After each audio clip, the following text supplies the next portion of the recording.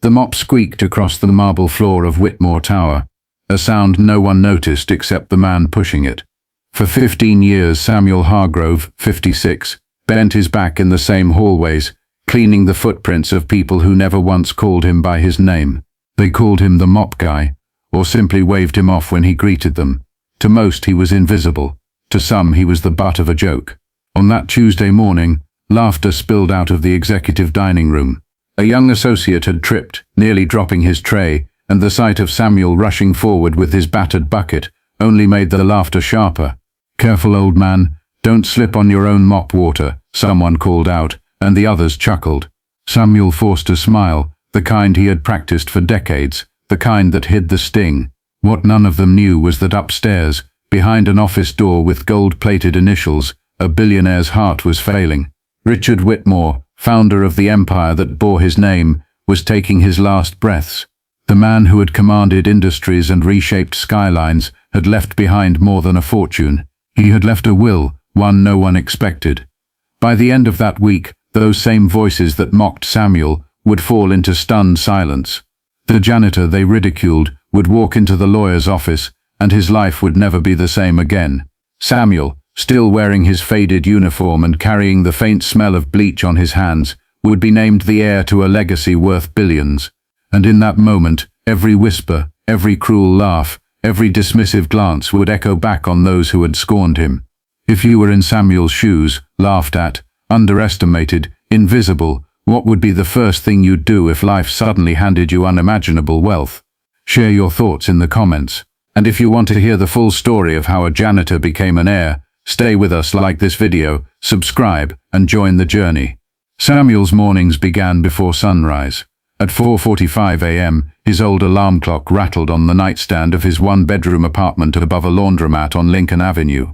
The ceiling paint was peeling, the heat clanked noisily, and the neighbors argued through the thin walls, but Samuel never complained. He slipped into his blue uniform, pressed as neatly as he could manage, laced his scuffed boots, and packed a simple breakfast of hard-boiled eggs and coffee in a thermos. The bus ride to downtown took 40 minutes. He'd lean against the window, watching the city wake up, delivery trucks, joggers, neon diner signs flickering off. This was his private world, the time no one could take from him. By the time Whitmore Tower's glass lobby came into view, Samuel had already whispered a quiet prayer.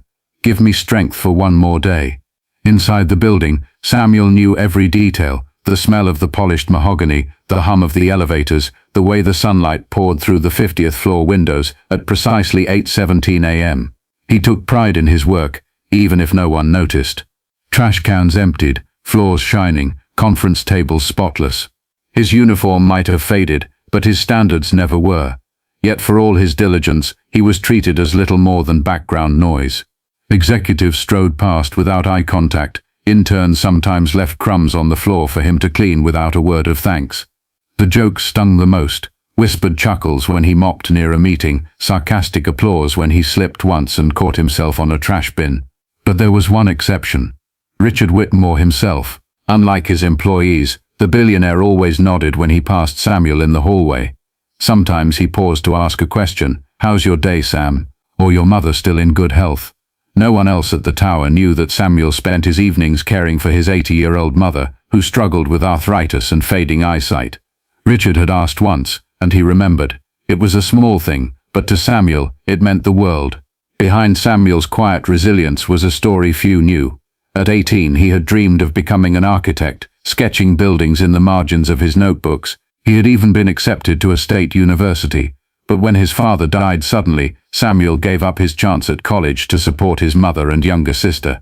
A job as a custodian turned into years, then decades. He watched others climb ladders while his own dreams gathered dust. Still, he never let bitterness consume him. Work is work, he told himself, as long as it's honest. What Samuel could not see was how deeply his quiet faithfulness had been noticed, not just by Richard Whitmore, but by fate itself. Do you believe small acts of consistency, showing up, working hard, even when no one notices, can change a life's course? Tell us in the comments, and if you're finding Samuel's story inspiring so far, hit that like button. It helps us bring you more stories like this one.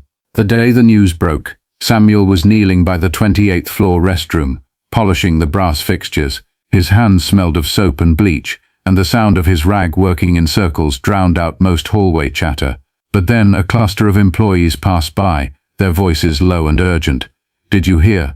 Mr. Whitmore's gone." Samuel froze, rag still in hand. He leaned closer, pretending to fuss with the faucet as the conversation drifted in. "They said he passed away in his sleep last night. Massive heart attack. The whole board's in shock. The man was practically immortal. Funeral arrangements are private, but the will, oh, that's going to be something. The will." Samuel sat back on his heels, the words echoing in his mind. Richard Whitmore had built one of the largest private empires in the state. Real estate, technology, shipping, every sector bore his touch.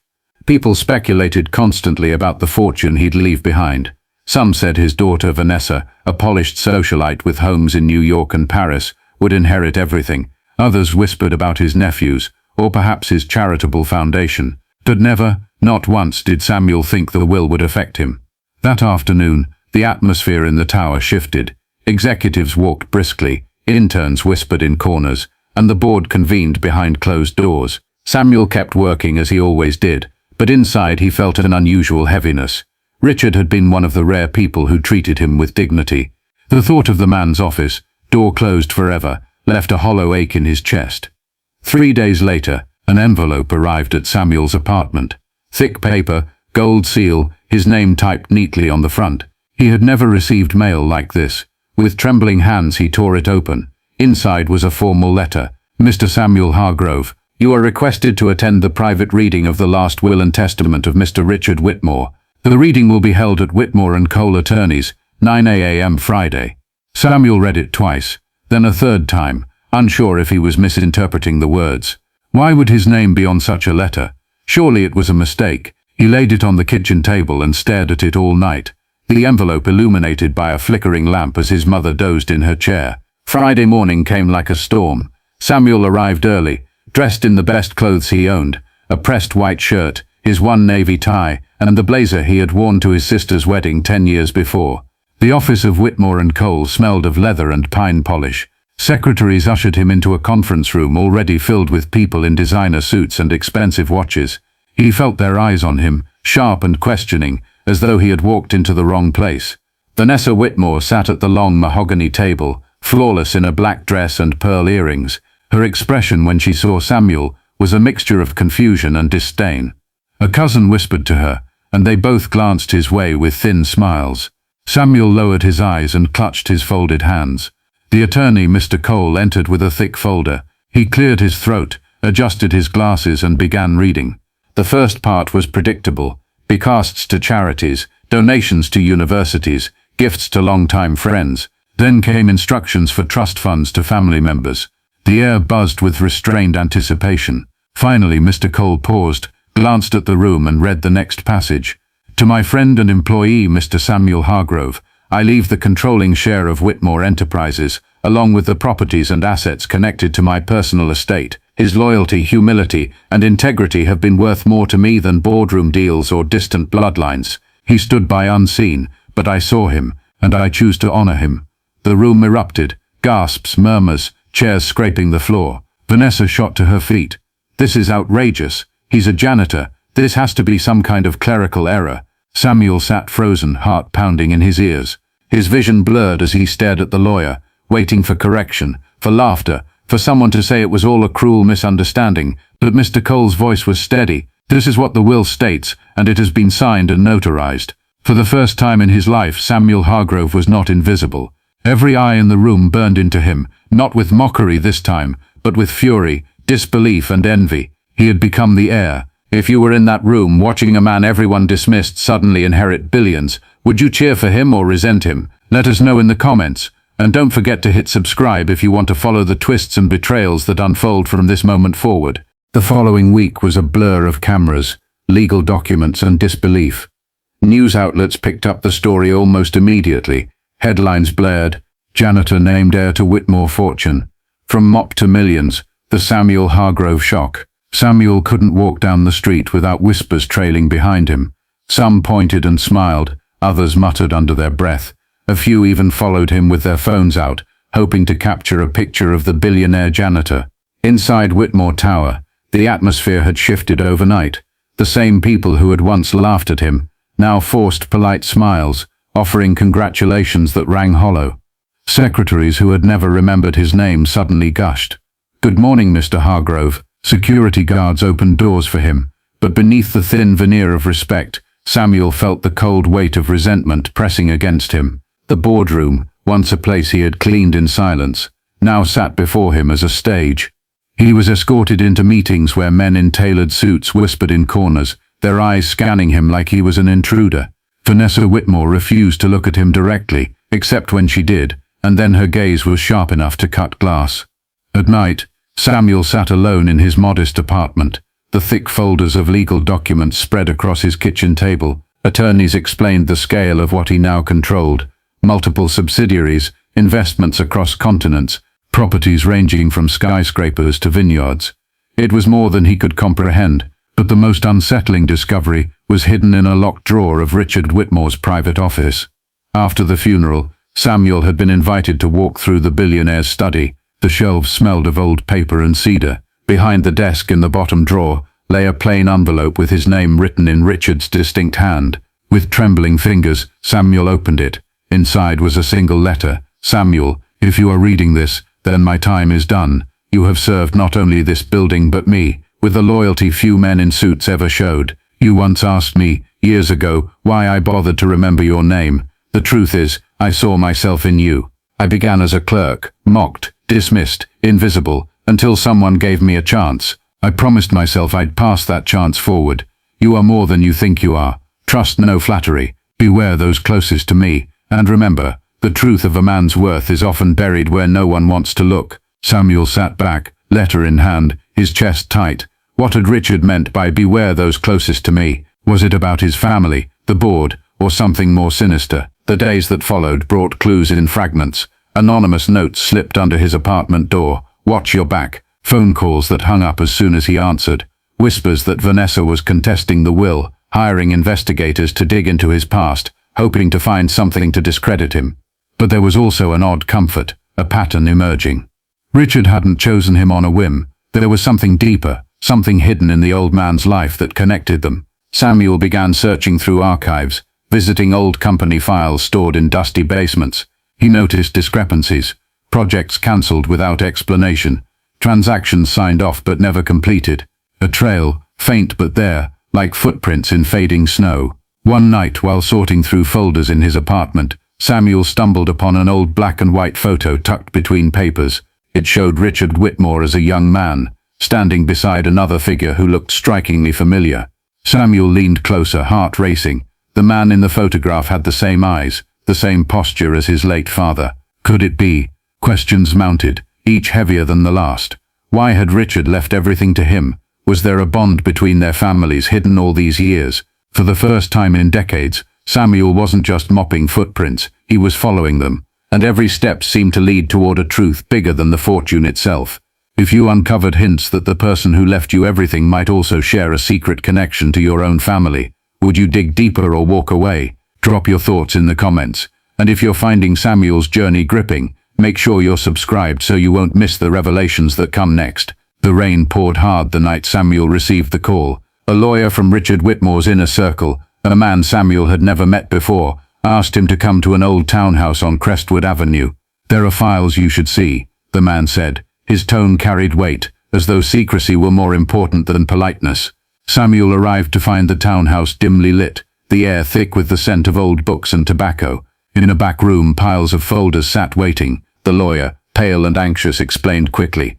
"These were kept off the official records. Mr. Whitmore instructed they go to you directly." Inside the folders lay a history Samuel had never imagined. Hidden investments, shadow trusts, and private letters, some addressed to Richard, others to a man named Thomas Hargrove. Samuel's pulse quickened. Thomas Hargrove was his father. He unfolded one letter, dated decades back. Richard's handwriting flowed across the page. "Thomas, you saved me when no one else would. If ever I rise higher than these walls, I swear I will not forget you or your family. What we shared cannot be erased, not by distance, nor by death." Samuel gripped the page, eyes wide. His father had once worked side by side with Richard, long before the empire rose. They had been partners of some kind, confidants, maybe more. Yet when his father died, No one ever spoke of Richard. The connection had been buried, deliberately hidden. As the storm raged outside, Samuel's world tilted. This wasn't just about generosity. It wasn't charity. Richard had been repaying a debt, one tied directly to Samuel's bloodline. But before he could ask questions, the lawyer leaned in, voice lowered. You should know, others are aware of this. Documents like these are dangerous. Vanessa has people watching. If she learns you have them. He didn't finish the sentence. That night, as Samuel tucked the folders under his arm and stepped into the rain, headlights flared at the end of the street. A car idled too long. He felt the hairs on his neck rise. By the time he reached his apartment, his front door had been forced open, drawers overturned. Someone had been searching. His mother sat trembling on the sofa, insisting she had heard footsteps. Samuel's chest tightened as he looked around at the chaos. Whoever had come wasn't after cash or jewelry. They wanted the papers. The betrayal struck hardest the next morning. A trusted co-worker, Daniel, a man Samuel had eaten lunch with for years in the janitor's closet, who once shared stories about his kids, was waiting near the tower lobby. His face was stiff, his voice forced. Vanessa wants to talk, he said. She'll make you an offer, hand everything over, and she'll take care of you. Samuel stared at him. Take care of me? Like I'm some dog to be thrown scraps. Daniel avoided his eyes. You don't understand the people you're up against. Just think about it. The realization hit Samuel like a blow. This wasn't just resentment anymore. It was war. Vanessa wasn't content to contest the will in court. She was using spies, threats and bribes. And she had turned Daniel, the one man Samuel thought of as a friend, into her messenger. That evening Samuel unfolded the letter from Richard again. His father's name stared back at him. Promises made decades earlier now lived inside him like a second heartbeat. This wasn't only about money. It was about legacy. His father's, his own, and Richard's vow. As thunder rolled outside, Samuel whispered into the silence of his apartment. You saw me when no one else did. Now it's my turn to see the truth. And Samuel knew, for the first time, he would no longer be content to stand quietly in the background. If you discovered the fortune you inherited was tied to a secret your own parents kept hidden, would you fight to protect that truth, or walk away to keep the peace? Share your heart in the comments. And if this twist shocked you, give the video a like. It helps more people find stories just like this one. The weeks that followed blurred into a nightmare. Vanessa Whitmore launched a full-scale legal assault. Her attorneys painted Samuel as a fraud, a manipulator who had somehow tricked her father in his final days. Newspapers ate it up, splashing headlines across their front pages. Is the janitor a conman? Whitmore heiress fights back. Paparazzi camped outside his building. Strangers shouted insults as he walked to the corner store. Samuel had never cared much for public opinion, but now it gnawed at him, keeping him awake at night. The board of Whitmore Enterprises was no kinder. Meetings stretched late into the evening, with executives questioning his every move. They buried him in jargon, pressured him to sign documents he didn't understand, and whispered openly about ousting him. Each time he entered the boardroom, it felt less like a meeting and more like a trap. At home, the pressure seeped into his quiet sanctuary. His mother, frail and frightened, grew weary of the men who lurked in cars across the street, of the phone calls that ended in silence. Samuel tried to reassure her, but his own nerves frayed. Sleep eluded him, meals went untouched, and the weight of suspicion pressed down like iron. One night, he returned to his apartment to find the door ajar again. This time, the drawers weren't just overturned, they were emptied. The letter from Richard, the photos, the folders connecting his father to Richard's past, all gone. Panic surged through him. That proof, those words, were the one tether he had to understand why all of this was happening. Without them, his claim felt fragile, as though it could be erased with a single court ruling. Samuel collapsed onto the couch, his chest heavy. For the first time since the will was read, doubt consumed him. What if he wasn't meant for this world, this responsibility? Maybe he really was just a janitor who had wandered too far into someone else's kingdom. The betrayals cut deeper than the headlines. Daniel, the co-worker who had once shared sandwiches with him, now avoided his gaze in the tower lobby. The building staff, once his only companions, treated him with nervous distance, as though his presence was dangerous. He was no longer one of them, but not accepted by the world above either. He belonged nowhere. One evening, after a grueling day in court, Samuel walked aimlessly through the city. The neon lights blurred through tears he didn't bother to hide. He ended up in front of the old church his father once took him to as a boy. The doors were open, candles flickering inside. He stepped in, the silence pressing down like a balm and a burden. Kneeling in a pew, he whispered aloud, "Dad, I don't know if I can do this. I don't know why he chose me. Everyone says I'm not worthy, and maybe they're right." The stillness gave no answer, just the faint crackle of candlelight and the creak of old wood. For the first time in years, Samuel felt small, not the kind of small he'd grown used to in the hallways of Whitmore Tower, but the kind of small that comes when a man realizes his strength has run out. When he finally rose, the night outside felt colder than before. His coat clung damp against his shoulders as he walked home. He didn't notice the shadow trailing him until he reached his block. A man in a dark car, engine humming low, headlights off. Samuel stopped, heart hammering. The man rolled down his window just enough to speak. "You're in over your head, Hargrove. Walk away while you can." The car pulled off, tires hissing on wet asphalt, leaving Samuel rooted to the spot. That was the breaking point. He returned to his apartment, shut the door, and sank into the chair beside his sleeping mother. The city buzzed outside. The world spun forward, but inside that small room Samuel felt nothing but silence. He had lost his proof, his allies, his peace. The will might have given him everything, but now it seemed he had nothing left. And in the darkest hour of his life, Samuel began to wonder if he should let it all go. If you were Samuel, mocked, betrayed, stripped of safety, and facing threats, would you keep fighting, or would you walk away for peace of mind? Share honestly in the comments. And if you want to see how Samuel rises from this breaking point, stay with us, subscribe and don't miss the next part. The morning after that sleepless night, Samuel sat at the kitchen table staring into a cold cup of coffee. His mother shuffled in, her robe wrapped loosely around her frail frame. She lowered herself into the chair across from him, her cloudy eyes studying his face. "You've been carrying that same look your father wore when the world tried to crush him," she said softly. Samuel sighed, rubbing his temples. "And what did he do, Ma? He died with calluses on his hands and nothing in the bank. I'm no different." She reached across the table, her trembling fingers resting on his. "You're wrong. Your father never gave up on his word. That's worth more than money. And Richard knew it. That's why he trusted you." Her words lingered long after she returned to her chair. Something stirred in Samuel, a reminder that strength wasn't about loud victories, but about quiet persistence. He had been invisible for decades, but he had never been dishonest. Not once. That was his anchor. Later that day, Samuel walked back to Whitmore Tower, not as the janitor with a mop, not as the heir crushed under doubt, but as a man reclaiming his place. He pushed open the heavy doors and rode the elevator straight to Richard's private office. The scent of cedar still clung to the shelves, the desk stood tidy, and the city spread wide beyond the glass windows. He sat in Richard's chair and studied the view, the same skyline he had once dreamed of shaping as a young man sketching buildings in the margins of his notebooks. For the first time he let himself believe, "I belong here." That belief sparked action. He began reviewing every file, every drawer, every forgotten cabinet in Richard's study. Hours passed, the sun dipped low, and then his hand brushed against the underside of the desk. A false panel clicked open. Inside lay a small lockbox. His pulse quickened as he pried it open. Inside were documents sealed in clear plastic sleeves, original contracts, handwritten notes and photographs. At the top was a letter addressed directly to him. "Samuel, if they have come for you, then you must know the truth. Your father was my partner, my friend, and the man who kept me alive when enemies closed in.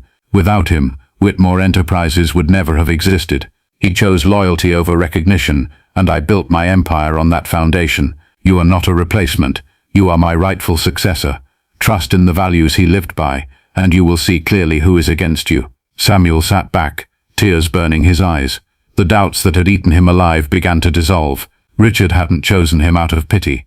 He hadn't left him the fortune as some social experiment. He had chosen him because Samuel represented something money couldn't buy: loyalty, humility, integrity. With renewed strength, Samuel gathered the files and locked the box under his arm. He no longer felt hunted, he felt guided. That evening, as he walked home beneath the glowing streetlights, the fear that had haunted him gave way to resolve. He wasn't going to run. He wasn't going to surrender. The janitor they had laughed at was gone. The heir was stepping forward. If life suddenly handed you proof that you were chosen not by accident, but because of your true character, how would that change the way you face challenges? Share your thoughts in the comments, and if Samuel's breakthrough moved you, hit the like button so more people can find this story. The courtroom was packed to the brim. Journalists crammed shoulder to shoulder, their cameras flashing every few seconds. The polished oak benches groaned under the weight of family members, board executives and curious onlookers. For weeks the city had waited for this hearing, the moment when the validity of Richard Whitmore's will would be decided. At the front, Vanessa sat poised in a designer suit, her jaw set like stone. Her attorneys flanked her, whispering strategies, their briefcases stacked with evidence meant to shred Samuel's claim to pieces. Across the aisle, Samuel adjusted his modest tie, his hands steady now. In his lap rested the lockbox he had discovered, its weight both physical and symbolic. When the judge called the session to order, Vanessa's lawyer wasted no time. He painted Samuel as a simple janitor, incapable of managing an empire. He waved tabloids in the air, repeating the words unqualified and opportunist. Each sentence dripped with contempt. Vanessa leaned forward, her voice clear and cutting. My father would never have left everything to this man. He must have been manipulated. He is not family, nor is he fit to sit where my father once sat. The words echoed through the courtroom, each one meant to humiliate. For a moment whispers rippled across the benches, as though the tide had turned against Samuel. But then his attorney stood. Calmly, deliberately, he asked permission to present new evidence. The judge nodded. Samuel rose, carrying the lockbox to the witness table. His heart thudded, but his voice carried steady. Your Honor, this is a collection of documents Mr. Whitmore safeguarded personally. He left them for me. They explain why he named me heir. The judge gestured for him to continue. Samuel opened the box, revealing the sealed letters, contracts and photographs. The courtroom leaned in, the tension sharp as glass. One by one the documents were read aloud. The letter to his father, Thomas Hargrove, pledging gratitude and loyalty. The contracts show how Thomas had financed Richard's earliest ventures when banks turned him away. The photographs of the two men side by side, working in dusty warehouses long before Whitmore Tower touched the skyline. Gasps filled the room. Reporters scribbled furiously. Vanessa's face drained of color, her composure cracking at the edges. Finally, Samuel placed Richard's last letter on the table. The judge read it aloud. You are not a replacement, Samuel. You are the rightful successor. Without your father, there would be no Whitmore empire. Without you, there will be no future worthy of its name. The silence that followed was deafening. The judge turned to Vanessa. The evidence here is overwhelming. This will is not only valid, it is deeply intentional. Mr. Hargrove was chosen not by accident, but by merit and legacy. The court upholds the will. The gavel struck. For a moment Samuel simply breathed, shoulders heavy with the release of years of invisibility. The cameras flashed wildly, reporters shouting questions, but his focus drifted to Vanessa. She sat stiff, her fists clenched, her gaze fixed anywhere but his. And then quietly, Samuel spoke, not to the court, not to the cameras, but to her. Your father saw what money can't buy. He trusted me because I stood by without asking for anything. If you had stood by him for who he was, instead of what he had, maybe this day would look different for you. The words weren't cruel, only true. Vanessa turned away, her eyes glistening despite her effort to remain composed. Samuel left the courthouse not as the janitor mocked in hallways, nor as the man suffocating under doubt, but as the heir who had faced down scorn and proven himself. Outside the crowd surged. Reporters shouted, and strangers cheered his name. But for Samuel, the victory wasn't in headlines or billions. It was in the quiet truth that he had honored both Richard and his father. He had stood tall when the world tried to bury him.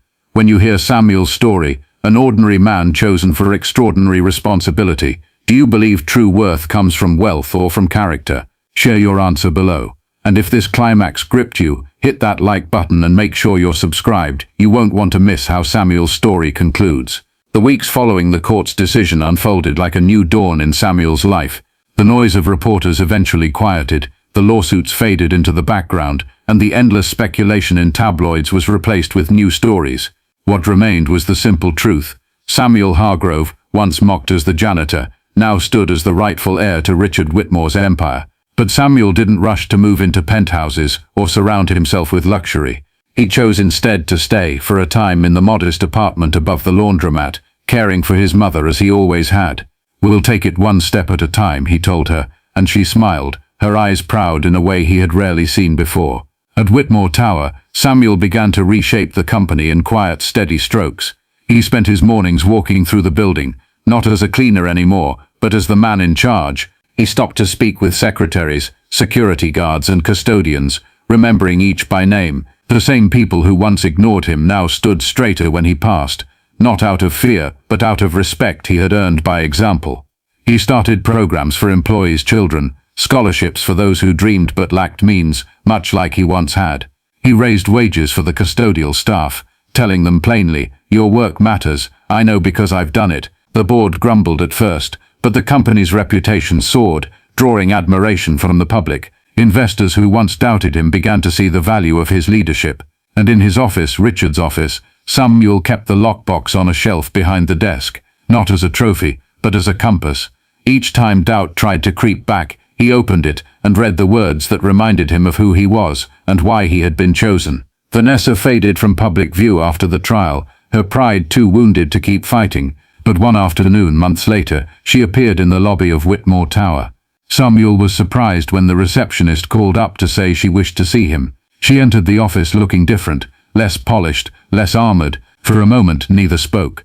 Then she said softly, "I hated you, Samuel. I hated you because I thought you took my father from me. But maybe he saw something in you that he wished he had seen in me." Samuel studied her, then replied gently, "Your father loved you in his own way. He just wanted you to understand that wealth without character leaves nothing behind. There's still time to honor that." Tears welled in her eyes. She nodded once, turned and left without another word. It wasn't reconciliation, not yet, but it was the start of something less bitter. At home, Samuel's mother lived to see the change in her son. She passed peacefully one spring morning, his hand in hers. At her funeral, the entire company came, executives, janitors, clerks, all standing together in a way Samuel had never imagined possible. Years later, Samuel sat in the garden of a home he had built by the sea, sketchbook in hand.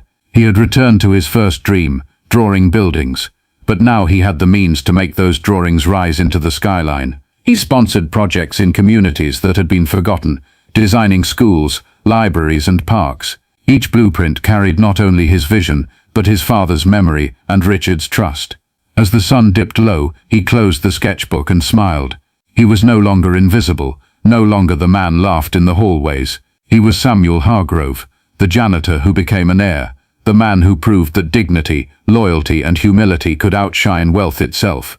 The waves crashed softly against the shore, carrying away the last echoes of laughter that once mocked him.